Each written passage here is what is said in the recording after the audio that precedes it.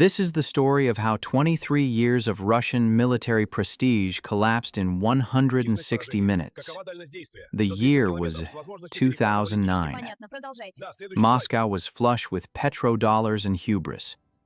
Russian defense contractor almaz-antey had just unveiled what they claimed was the most sophisticated mobile air defense system ever designed. The S-300 VM, export designation, Ante-2500. Our tactical team observes that the sales pitch to Caracas was delivered with all the swagger you'd expect from engineers who believed they'd built something impenetrable. Picture the scene. Venezuelan defense officials sitting in a Moscow conference room watching slick promotional videos of missiles streaking skyward, intercepting targets at altitudes where the air is so thin a man would lose consciousness in seconds. The Russian sales team promised a system so advanced, so layered in redundancy that it would transform Venezuela into a fortress. 4 battalions, 48 launchers, 200 missiles capable of engaging targets from tactical aircraft to intermediate-range ballistic missiles. The price tag? $1.8 billion. For that sum, Hugo Chavez was told he was purchasing invincibility. The S-300 VM wasn't just hardware, it was a statement. It said that Venezuela, aligned with Moscow, could stand against American air power. The technical specifications were impressive on paper, engagement ranges exceeding 200 kilometers, the ability to track up to 16 targets simultaneously, and, crucially, what the Russians called comprehensive electronic countermeasures. In plain language, they claimed it couldn't be jammed. The experts were baffled by the confidence. One retired U.S. Air Force colonel told me in 2010 that the S-300 VM represented a generational leap in mobile air defense, combining the tracking precision of older S-300 PS systems with new phased array radars that could see through most jamming techniques. The system could theoretically create an umbrella over Caracas so dense that penetrating it would require losses the Pentagon wouldn't accept. For 17 years, that system sat in Venezuela like a loaded gun that was never fired. Maintenance teams from almaz-antey made annual visits. Parts were shipped from Nizhny Novgorod. The Venezuelan military conducted exercises where the radar systems would light up, tracking commercial aircraft transiting their airspace, flexing their muscles. And then came January 3, 2026. Operation Absolute Resolve began at 0400 hours Eastern Standard Time. 150 United States Navy and Air Force aircraft crossed into Venezuelan airspace from 3 vectors. Carrier-based F-35Cs from the USS Gerald R. Ford, F-22 Raptors from Forward Operating Base Columbia, and a substantial package of B-1B Lancers that had staged through Aruba. Our tactical team observes what happened next with a mixture of professional admiration and genuine shock. Nothing. The S-300 VM systems remained silent. Not degraded, not jammed, not fighting through interference. Silent, as if they had been surgically lobotomized. For the next 2 hours and 40 minutes, American strike packages systematically dismantled every significant military installation in northern Venezuela. Presidential command bunkers, communications nodes, armored vehicle depots, the port facilities at La Guaira where Russian advisors had established a logistics hub, all of it reduced to rubble with the kind of precision that only comes from absolute air superiority. And through it all, the vaunted S-300 VM fired exactly 0 missiles. 0. The myth died that morning, but the question of how it died, that took 48 more hours to understand. 48 hours ago, on January 12th, the New York Times published what may be the most devastating piece of investigative journalism in modern military history. The headline was clinical. U.S. intelligence reveals Venezuelan air defenses were inoperable during Operation Absolute Resolve. But the details? The details were a humiliation. According to satellite imagery analyzed by the National Geospatial Intelligence Agency and corroborated by Signals Intelligence, the 4 S-300 VM battalions purchased by Venezuela in 2009 were not merely offline during the January 3rd strike. Components essential to their operation, including the 9S-457 command post modules and 9S-15 MIU detection radar systems, were stored in disconnected shipping containers at Fuerte Tiuna military base. The systems had not been operationally deployed since mid-2024. Stored in boxes. The experts were baffled. $1.8 billion in advanced Russian hardware, sitting in shipping containers like surplus office furniture. But our tactical team observes that the explanation for this catastrophic failure reveals something far more damning than simple neglect. The Times obtained internal communications between Venezuelan military command and their Russian advisors from Rosoboronexport, the state arms export agency. These communications, dating from March 2024 through December 2025, paint a picture of systematic abandonment. When Russia's war in Ukraine intensified in 2024, Moscow faced a critical shortage of air defense components. The Ukrainians, armed with Western-supplied Storm Shadow missiles and an increasingly aggressive deep strike campaign, had destroyed dozens of S-300 and S-400 batteries across Russian territory. Putin needed replacements, and he needed them immediately, so they cannibalized Venezuela. The Times report reveals that beginning in April 2024, Russian technicians systematically stripped the Venezuelan S-300 VM systems of critical components, phased array radar modules, fire control computers, even the gyroscopic stabilization systems that allow the launchers to operate on rough terrain. All of it was crated up and shipped back to Russia via cargo flights that transited through Havana to avoid direct surveillance. 1. AS intelligence analyst described it as battlefield triage at a strategic scale. Moscow looked at its global commitments and decided Venezuela simply didn't matter anymore. The regime under Maduro was stable enough not to need active air defense. Ukraine was an existential crisis. The choice was obvious. By November 2024, according to intercepted communications, Venezuelan officers were reporting to their Russian counterparts that the S-300 VM batteries were non-functional and requesting immediate resupply.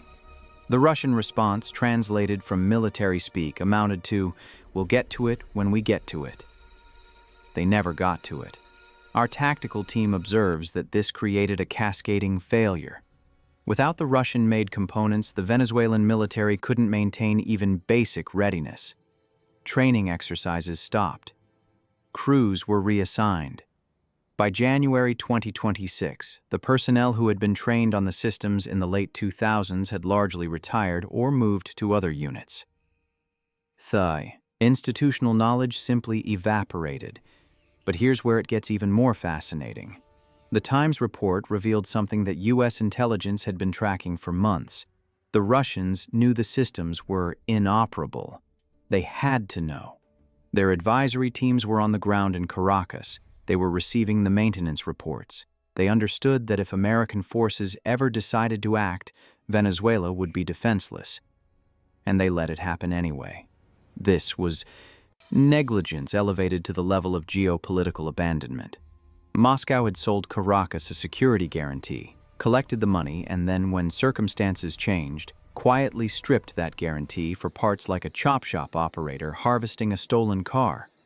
The experts were baffled by the brazenness of it. But what truly shocked the intelligence community was what came next in the Times report. The revelation that Venezuelan officers, realizing they had been abandoned, attempted to activate backup systems. This is where the Chinese enter the story. Beginning in early 2025, Maduro's regime had quietly purchased JY-27A long-range surveillance radars from China's CETC Electronics Group.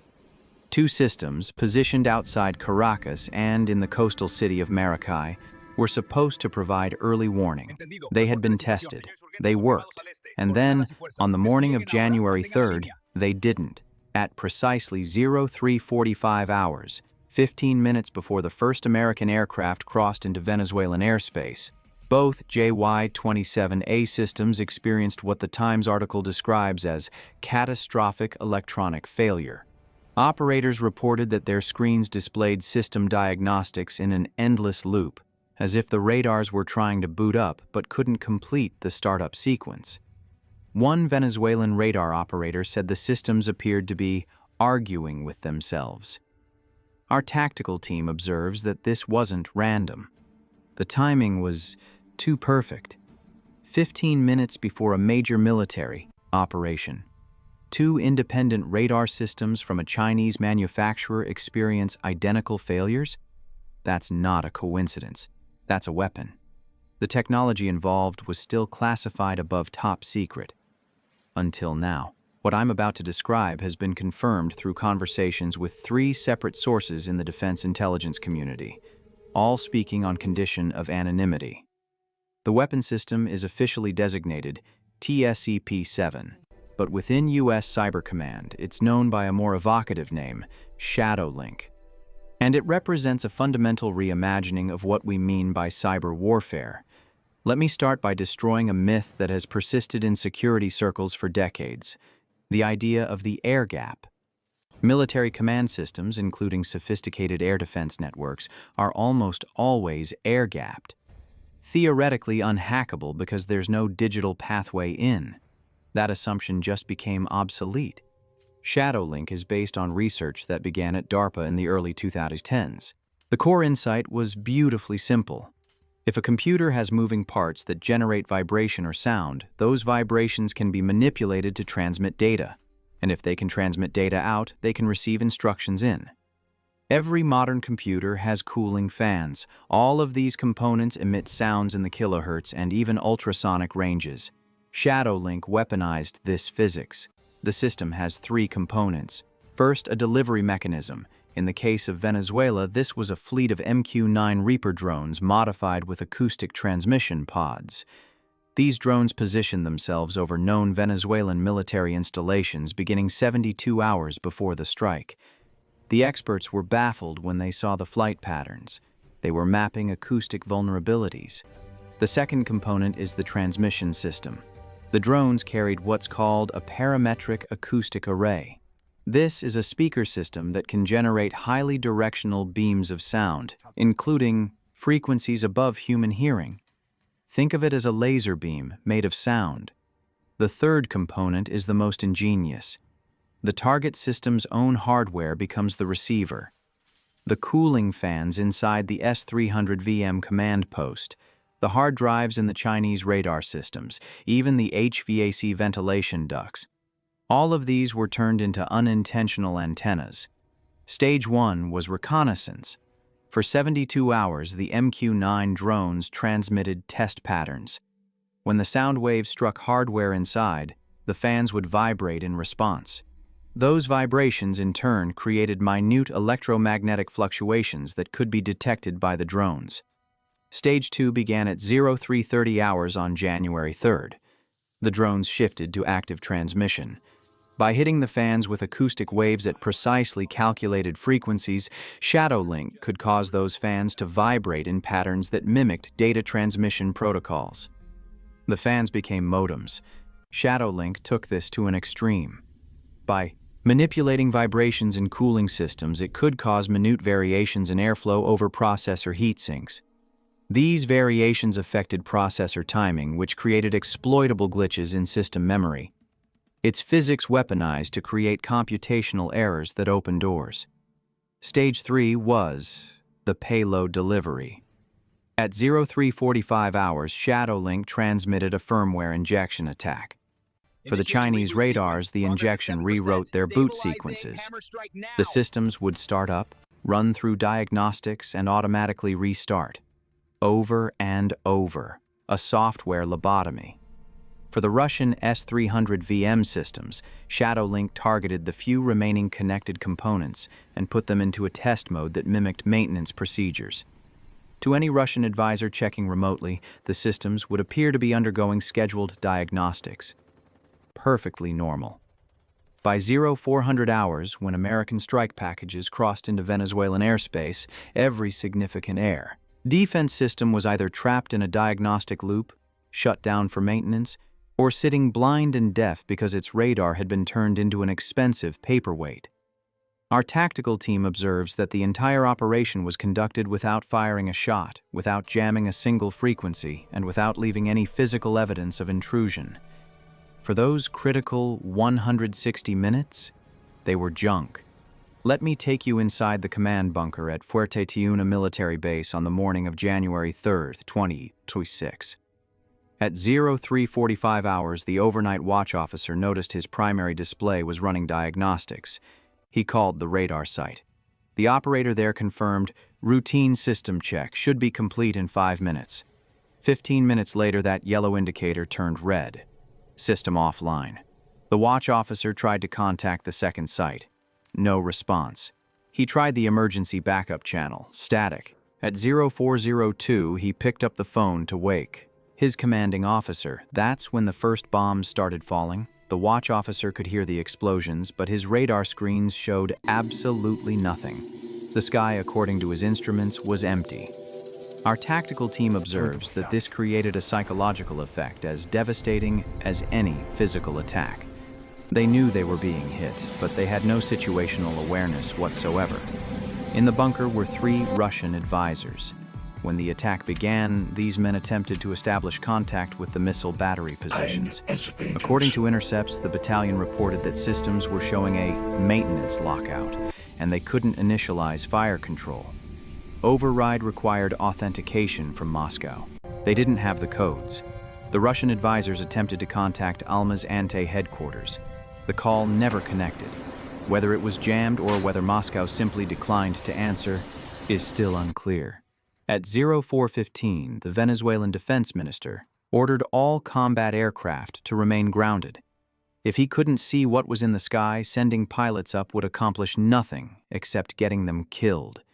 It was the right call, but it meant total capitulation. U.S. strike packages worked through their target lists methodically. Communications towers, radar installations, Miraflores Palace. Each target was hit multiple times with GPS-guided munitions. Around 0530 hours, there was one attempt at resistance. A Venezuelan army unit equipped with Russian Buk M2 missiles activated their battery and actually tracked an incoming formation for 90 seconds. And then, their system crashed. The Buk M2 had also been penetrated by Shadowlink. The battery commander described watching his fire control display go through a blue screen of death. His exact words, "It was like the system committed suicide." At 0700 hours, the bombardment simply stopped. Behind them, they left a capital city whose critical infrastructure had been demolished. Total Venezuelan casualties, approximately 217. For a campaign of this scale, that's extraordinarily low. Precision was possible only because of total information dominance. And the Venezuelan military, blind and deaf, could do nothing but wait for it to end.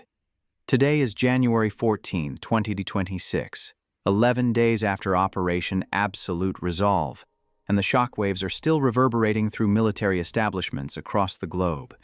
Nicolas Maduro remains in federal custody in Brooklyn, held without bail. The charges include narco-terrorism. The trial is expected to begin in March. He will likely spend the remainder of his life in an American federal prison. Venezuela itself is under transitional authority. But our tactical team observes that the real story isn't politics. It's what happened to the hardware. The S-300 VM systems, scrap metal. International inspectors found that the systems were cannibalized. Essential components were missing. 1. Brazilian analysts described it as finding a luxury car that someone had stolen the engine from, replaced it with cardboard, and hoped no one would check under the hood. The experts were baffled by the sheer contempt this represented. Russia actively stripped them for parts, knowing full well it left their ally defenseless. And Moscow's response? Total silence. The Kremlin has not issued a single statement. Our tactical team observes that this silence speaks volumes. Putin's government has built its military export business on the premise that Russian weapons are an unstoppable shield. Venezuela just proved that promise was a lie. The customers are noticing. Turkey, Egypt, and India want to know, can what happened to Venezuela happen to us? The answer is yes. ShadowLink's acoustic intrusion method works on any system with cooling fans. That's essentially every modern computer-controlled weapon system. The age of the air gap is over. China's military planners are likely in emergency assessment mode right now. If the JY-27A can be compromised, what about the indigenous systems defending Chinese airspace? If shooting starts over Taiwan, China's expensive air defense network might suffer the same fate. Iran is the third regime that should be terrified right now. Tehran operates Russian S-300 systems around its nuclear facilities. Deterrence only works if your weapons function. The experts were baffled by how quickly the strategic calculus has shifted. Now you send drones with acoustic weapons 3 days before your strike and waltz in with 0 losses. It's a revolution in warfare. Let me leave you with one final observation. A Russian air defense officer recently wrote, "We've spent 30 years building systems to defeat American stealth aircraft, but we never thought to defend against physics itself. They turned our computers into weapons against us. How do you armor against sound waves?" Another responded, "You can't. That's the point. Every vent is a vulnerability. Every fan is a backdoor." Russia sold Venezuela a myth of invincibility. They collected $1.8 billion for that myth, and when the time came, they stripped the systems for parts and left their ally to face American air power completely defenseless. That's not just military failure, that's geopolitical humiliation. As of today, January 14, 2026, the S-300 VM systems in Venezuela sit rusting in their bunkers. And ShadowLink? That technology isn't going away. It's the new reality. If you trust Russian electronics in 2026, you're building a very expensive paperweight that will fail exactly when you need it most. 160 minutes? That's all it took. The age of electronic warfare has begun, and the first lesson is already clear. If your defense can hear, it can be defeated.